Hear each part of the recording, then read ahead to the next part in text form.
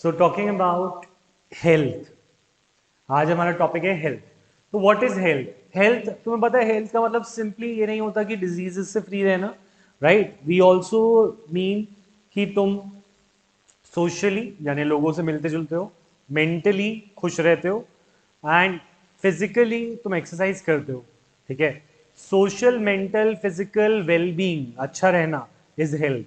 तो health does not mean absence of disease. किसी को कोई डिजीज नहीं है इसका मतलब ये नहीं कि वो हेल्दी है। अगर वो सोशली फिट है, मेंटली फिट है, फिजिकली फिट है, तो वो हेल्दी है।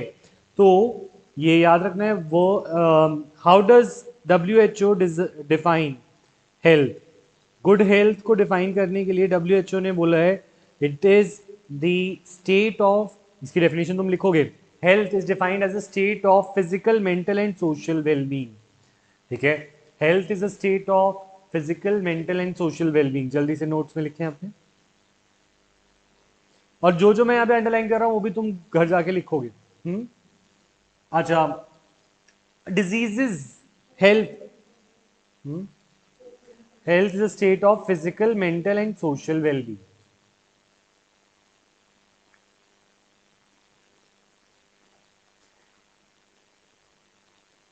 अच्छा, अगर हम बात करें डिजीजेस कैसी होती हैं, तो there are different types of diseases, genetic diseases, infections and lifestyle disorders. तो तीन तरह की डिजीजेस में हमने क्लासिफाई कर रखा है डिजीजेस को। तो वन इज जेनेटिक डिजीज, जो हमें बाय बर्थ होती है।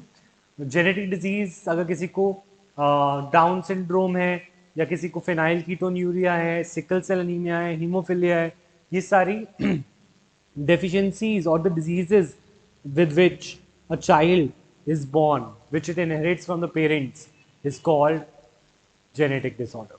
On the other hand, infections, तो हमें पता ही है, it is caused by pathogens. Infection caused by pathogens is infection. And we have lifestyle disorder, जिसमें हमारा खान पान सही नहीं होता, राइट? फूड एंड वाटर, कोई चीज़ें जिनमें हम इन्फेक्शन, जिसमें हम न्यूट्रिएंट्स नहीं ले रहे, विटामिन ए नहीं ले रहा, तो मेरे को क्या हो सकता है? नाइट ब्लाइंडनेस, है ना? और अगर मैं बात करूं, अच्छा व्हाट इज, अगर मैं बोलूं नाइट ब्लाइंडनेस और कलर ब्लाइंडनेस में क्या डिफरेंस है?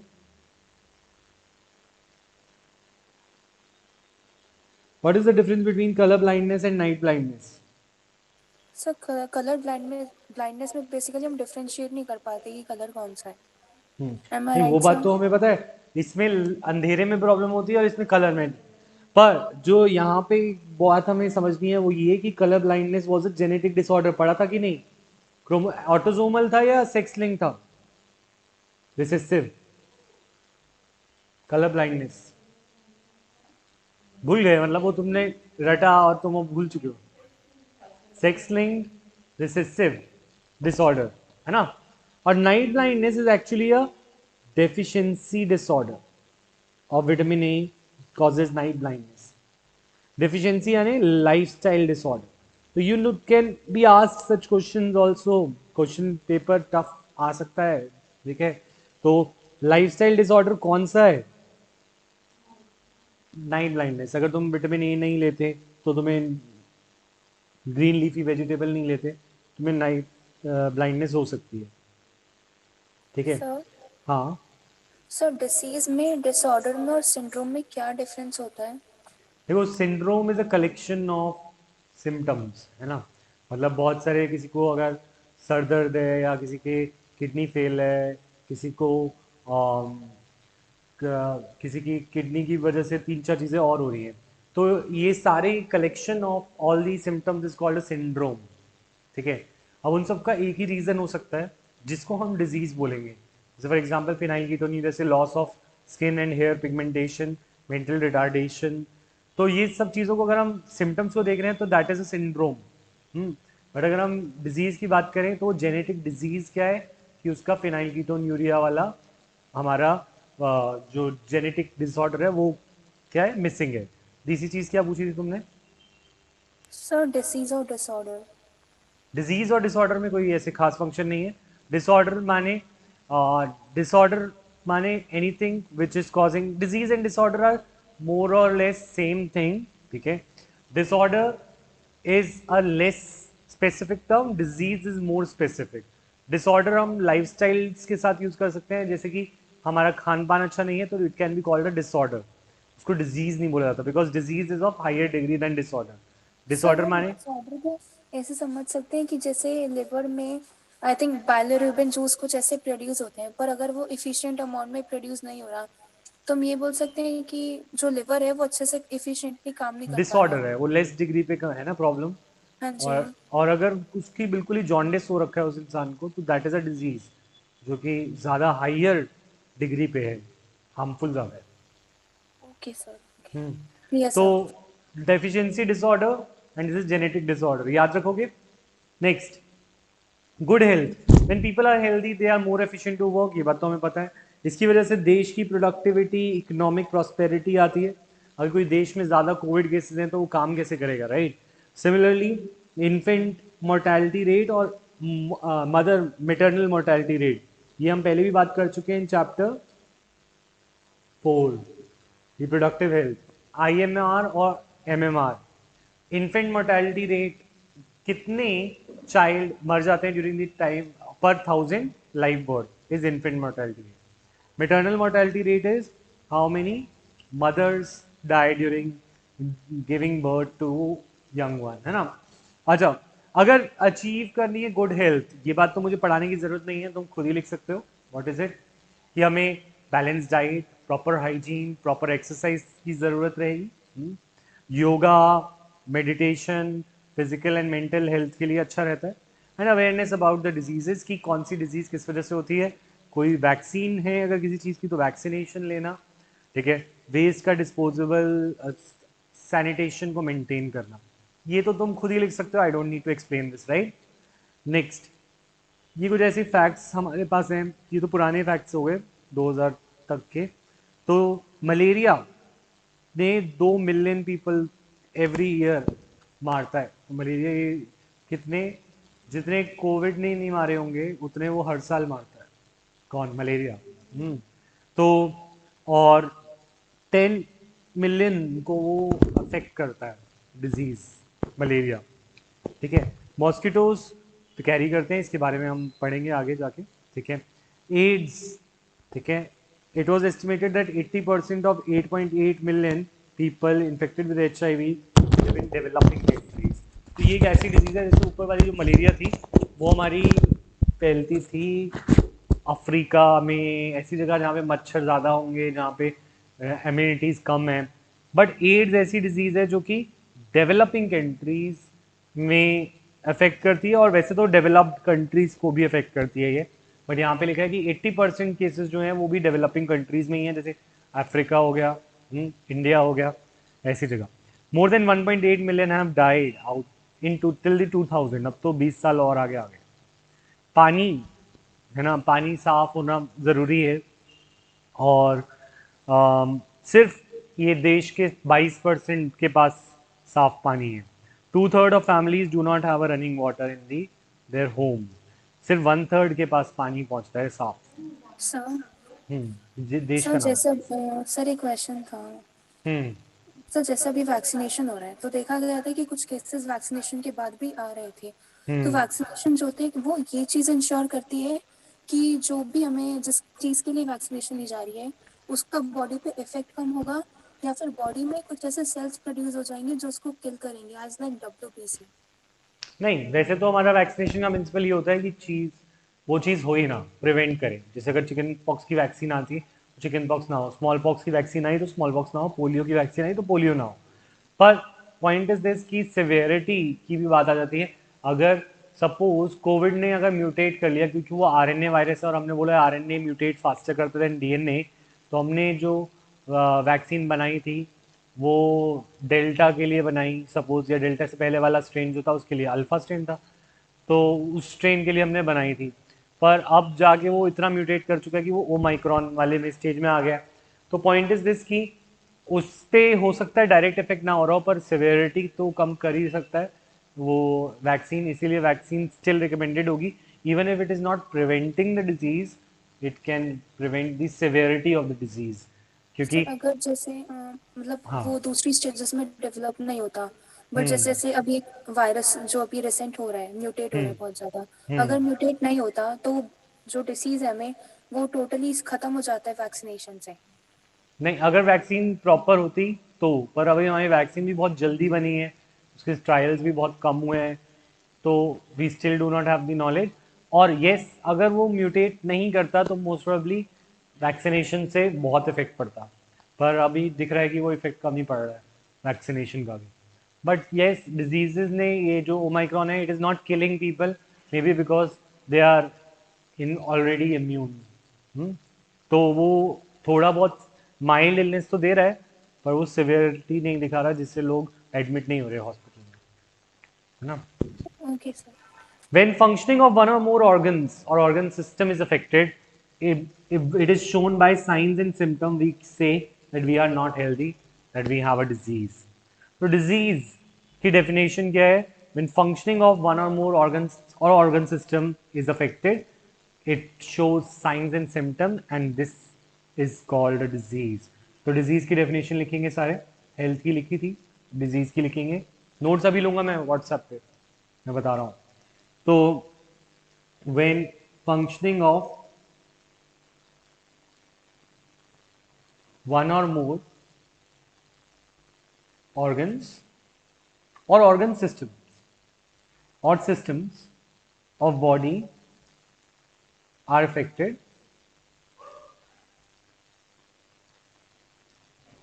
it is characterized by signs and symptoms. It is characterized by signs and symptoms of the disease. Symptoms,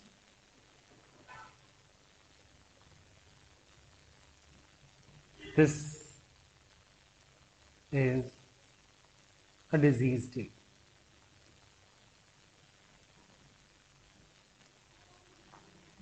जब हमें कोई साइन और सिम्टम आ रहा है, मुझे बुखार आ रहा है, खांसी जुकाम है, खांसी है, कफ इज अ सिम्टम, ठीक है, एंड कफ ऐसे डिजीज भी है। Fever is not a disease, fever is a symptom, fever is a sign, जो कि बहुत सारी चीज़ों का साइन हो सकता है। तो this is a disease state of body, जिसमें हमें साइंस और सिम्टम्स मिल रहे हो और हमारी बॉडी की कोई ना कोई सिस्टम खराब हो रहा हो। तो what is symptom? Symptoms are, they are a sign, they are signs of a disease which helps in, which may help in diagnosis of disease। कभी कभी सिम्टम्स से डायग्नोसिस भी किया जाता है, कि तुम्हें बोला जाता है अगर तुम्हारा बुखार 102 से ऊपर है तो तुम्हें मलेरिया हो सकता है, 100 101 से ऊपर वाला मलेरिया होता है, ठीक है। अगर लो ग्रेड फीवर है तो मलेरिया नहीं है। तो this is sign and symptom, कभी कभी हेल्प करते हैं in diagnosing, diagnosis of a disease,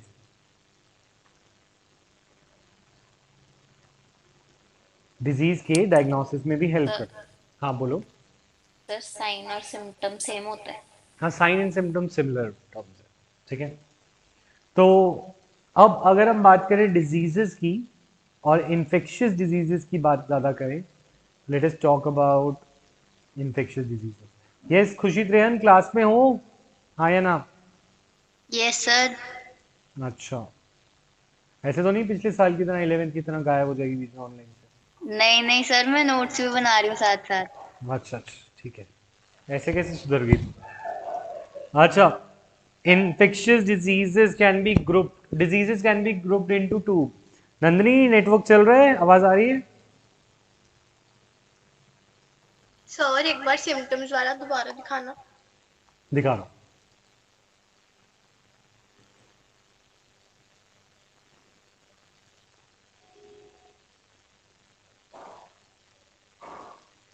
ठीक है, करें आगे बढ़े।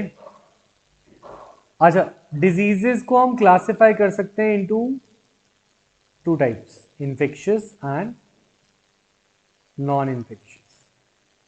कुछ डिजीजेस फैलते हैं और कुछ डिजीजेस नहीं फैलते। Infectious and non infectious diseases में हमें पता है infectious diseases can be due to pathogens. Pathogens कौन होते हैं? Pathogens are the disease causing microbes, disease causing agents, disease causing microbes, or disease causing microbes can belong to various categories. For example, they can be bacteria belonging to kingdom Monera. They can be viruses which do not belong to any kingdom. They are neither living nor non-living, right? Hello. Sir ये question था.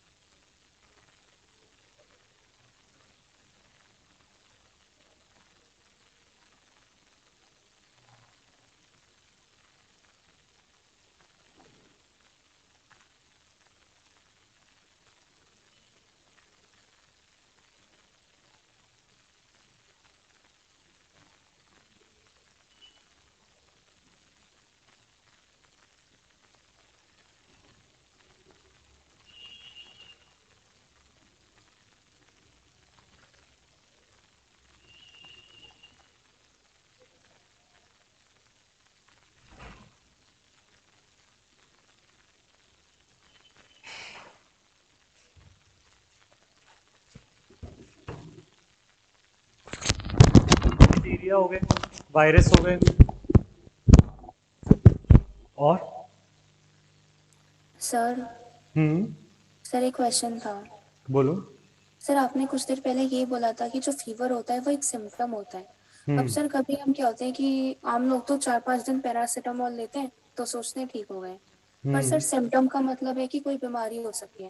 कुछ हम्म ऐसे बहुत सारी disease होती हैं कि या जो भी कुछ भी होता है स्टेजेस उसके बाद में दिखने लगते हैं। हम्म बहुत लेटर स्टेजेस दिखते हैं।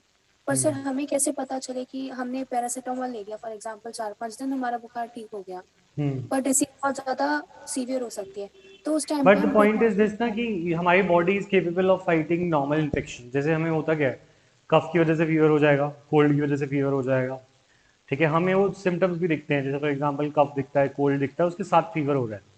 तो यहाँ पर जो नॉर्मल इंसान है वो उसको पता है कि भाई हाँ डॉक्टर के पास जाऊँगा तो उसने ये एंटीबायोटिक लिखनी है, ये पैरासीटामोल है, तो वो पैरासीटामोल ले लेता है। अगर हम फीवर की मेडिसिन भी ना खाएं तो 101 102 जो फीवर होता है, it can cause brain damage अगर वो बहुत ज़्यादा 104 के ऊपर चला जाए।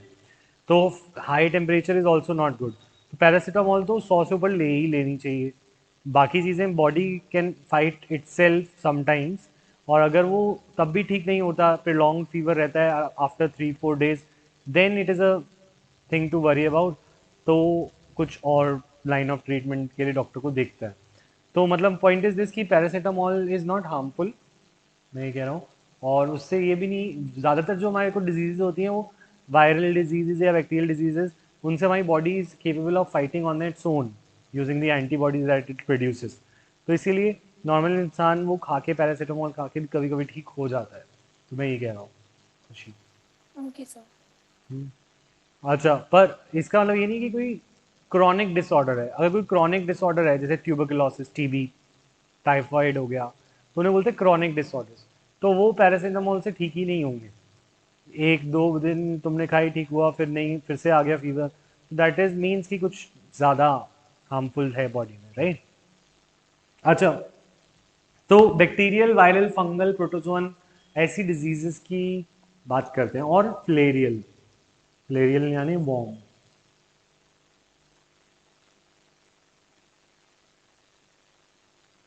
ठीक है। तो डिजीजेस की बात करते हैं। फिलेरियल इज FL होता है या FIL?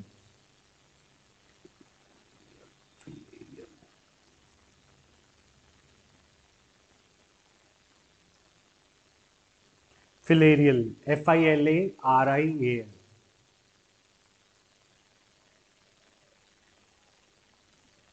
अच्छा देखिए, तो इनके नाम हमें याद रखने हैं। बैक्टीरिया से शुरू करते हैं।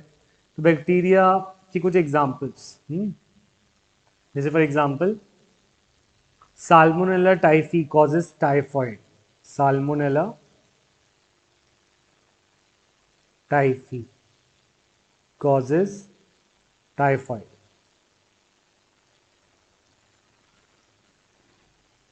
ठीक है। Then we have bacillus anthracis causes anthrax, ठीक है, diseases anthrax. Then we also have tuberculosis, किसकी वजह से होता है?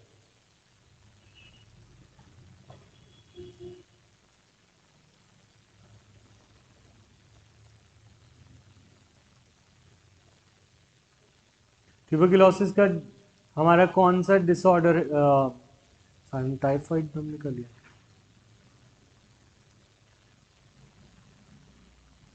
मेरे दिमाग से निकल रहा है ट्यूबरकुलोसिस।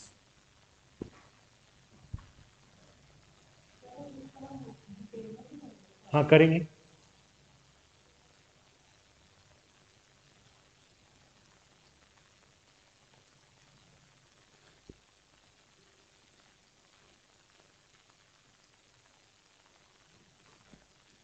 माइकोबैक्टीरियम टाइप ट्यूबरकुलोसिस, ठीक है। तो TB is caused by Mycobacterium tuberculosis,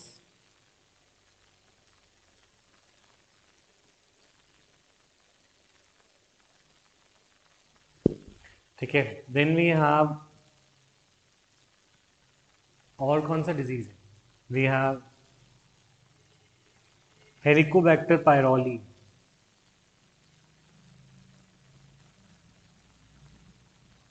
which causes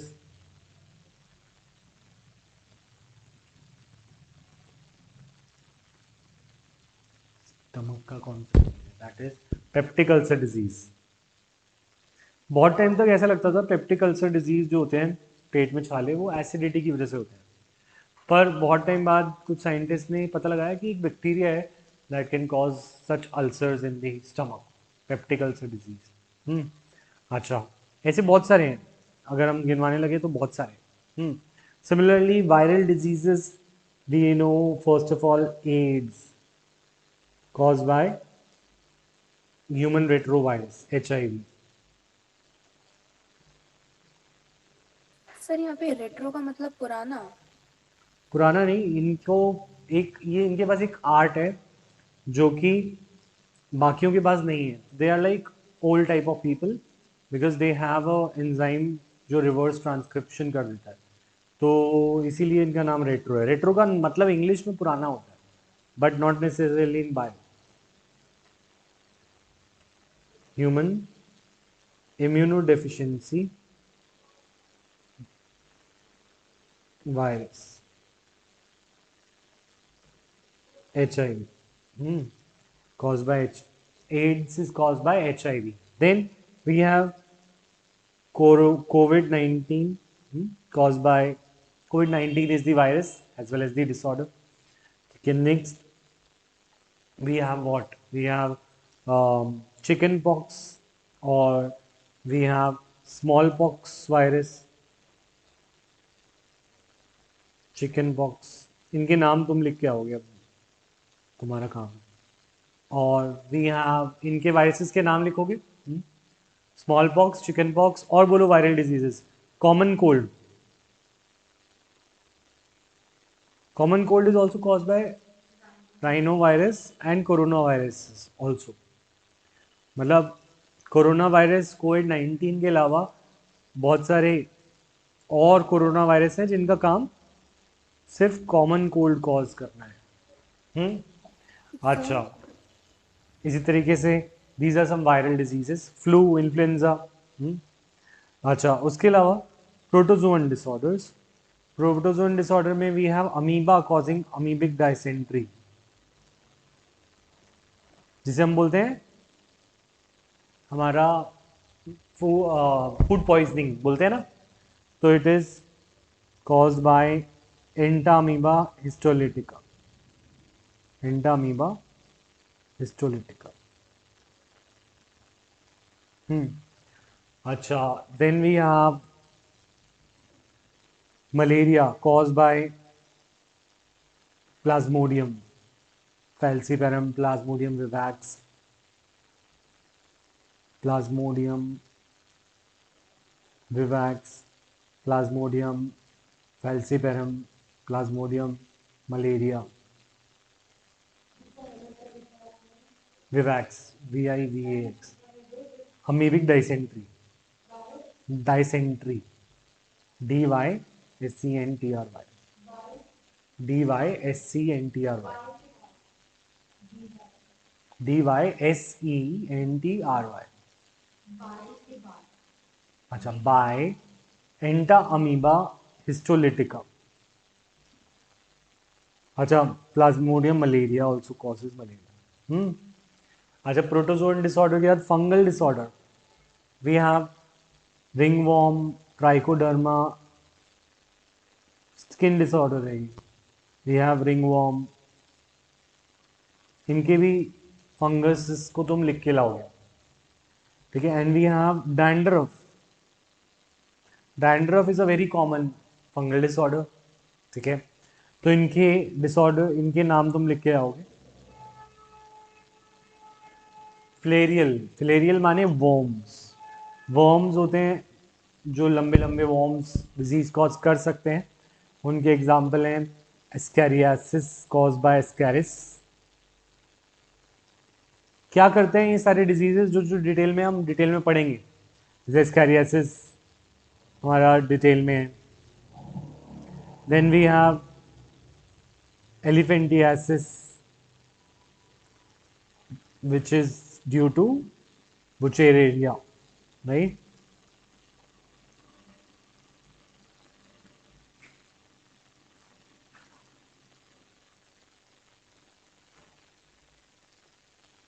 Buchereria bancrofti, Buchereria malai, by Buchereria bancrofti. And we have Buchereria malai. ठीक है, तो दो हमारे पास फिलेरियल हैं, 3 हम फंगल याद रख रहे हैं, ठीक है। प्रोटोजोन्स हमारे पास 2 हैं डिसऑर्डर्स, वायरस बहुत सारी डिसऑर्डर्स हैं और भी सर ये गिनवा सारे सकते। एनसीईआरटी में है? नहीं सारी नहीं है, कुछ नहीं है, बट नाम तो सबके हैं, कुछ नहीं है इनमें, बट ये most of them are written somewhere. तो ये सारी हमें याद रखनी है डिसऑर्डर्स, ठीक है। जैसे फिलैरियल की दोनों हैं, फंगल में ये 2 हैं, प्रोटोजोन में दोनों हैं, वायरस में भी स्मॉल पॉक्स चिकन पॉक्स नहीं है, ठीक है, और कोविड-19 नहीं है। बैक्टीरिया में ऑलमोस्ट ट्यूबरकुलोसिस छोड़ के पेप्टिकल डिजीज भी नहीं है। पर ऐसे कुछ और याद रख सकते हैं जस्ट फॉर क्योंकि अब सब्जेक्टिव पेपर है, you have to write something ना। अब इसमें एमसीक्यू की बात नहीं है, तो तुम्हें चीज़ें लिखने के लिए होनी चाहिए। अगर तुमसे बैक्टीरियल के एग्जाम्पल्स पूछ लिए, अगर तुम भूल जाते हो तो यू कैन राइट एनी, ज़रूरी नहीं है कि वो बुक में होना चाहिए, ठीक है। अच्छा, तो शुरू करें पहले डिसऑर्डर से, पहले डिजीज से। पैथोजन की तो हम बात कर ही रहे थे। Pathogen are the organism that can cause disease causing organisms are called pathogens.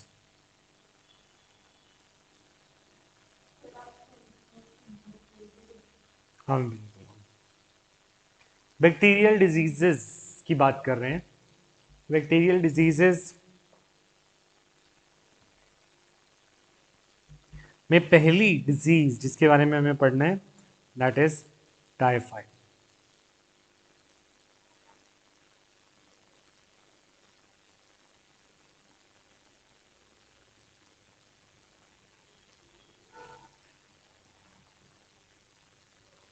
अच्छा, typhoid was a disease which was एक इन्फेक्शियस डिजीज थी जो किसकी वजह से फैल रही थी, एक जगह पे एक लेडी की वजह से,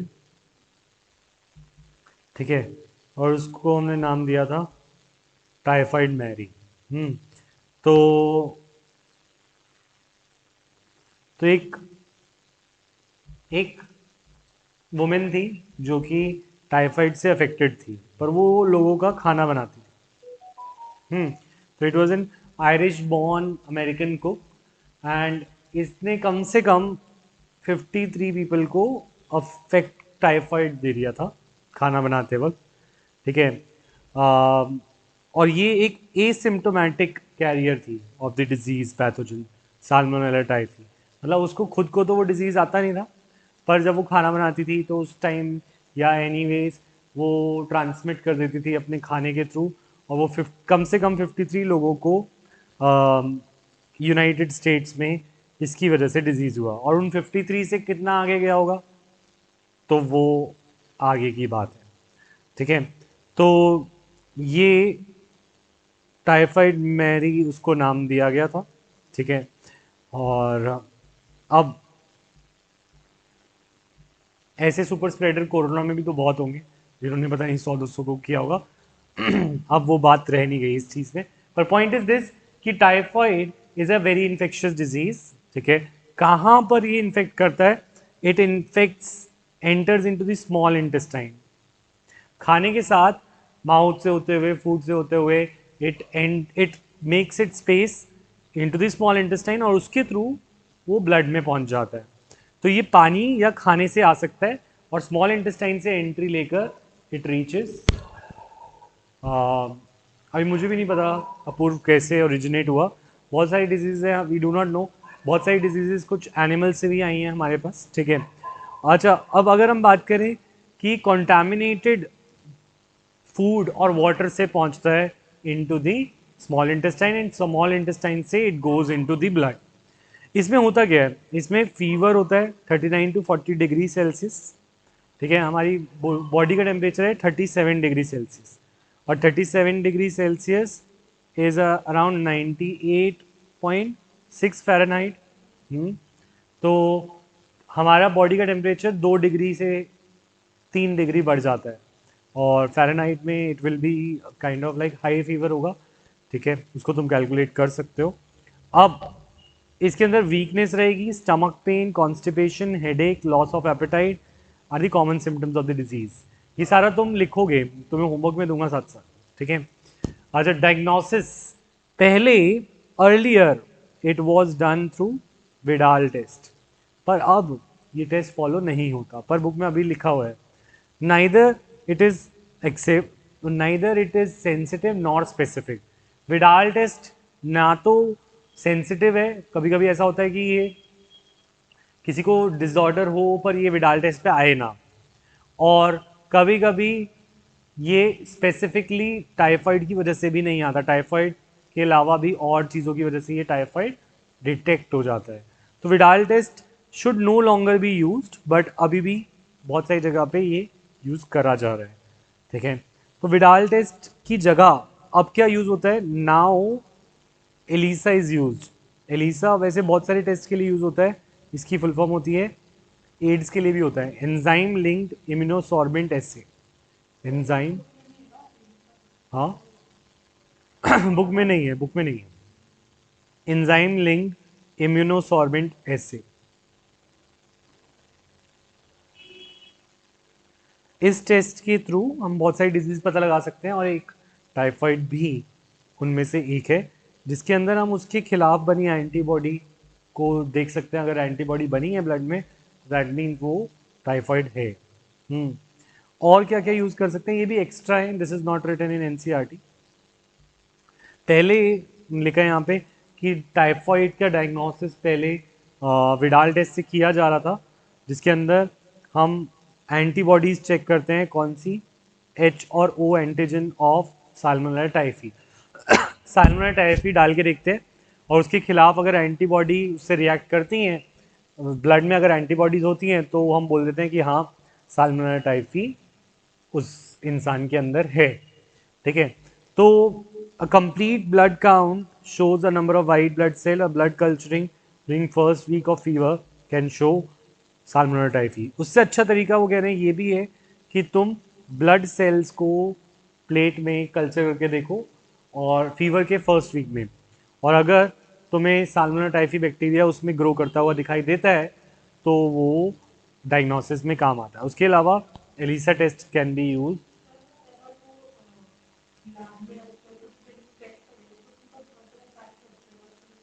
टाइम लग जाएगा, नहीं टाइम तो दिन में करो और शाम तक बैक्टीरिया उग जाता है, 30 मिनट्स में उसकी एक साइकिल कंप्लीट होती है। इकोलाई देखा था ना हमने, तो इकोलाई की तरह 30 मिनट्स में एक बार डिवाइड करता है, तो 20 मिनट्स में, तो 40 मिनट्स में डबल हो जाएगा।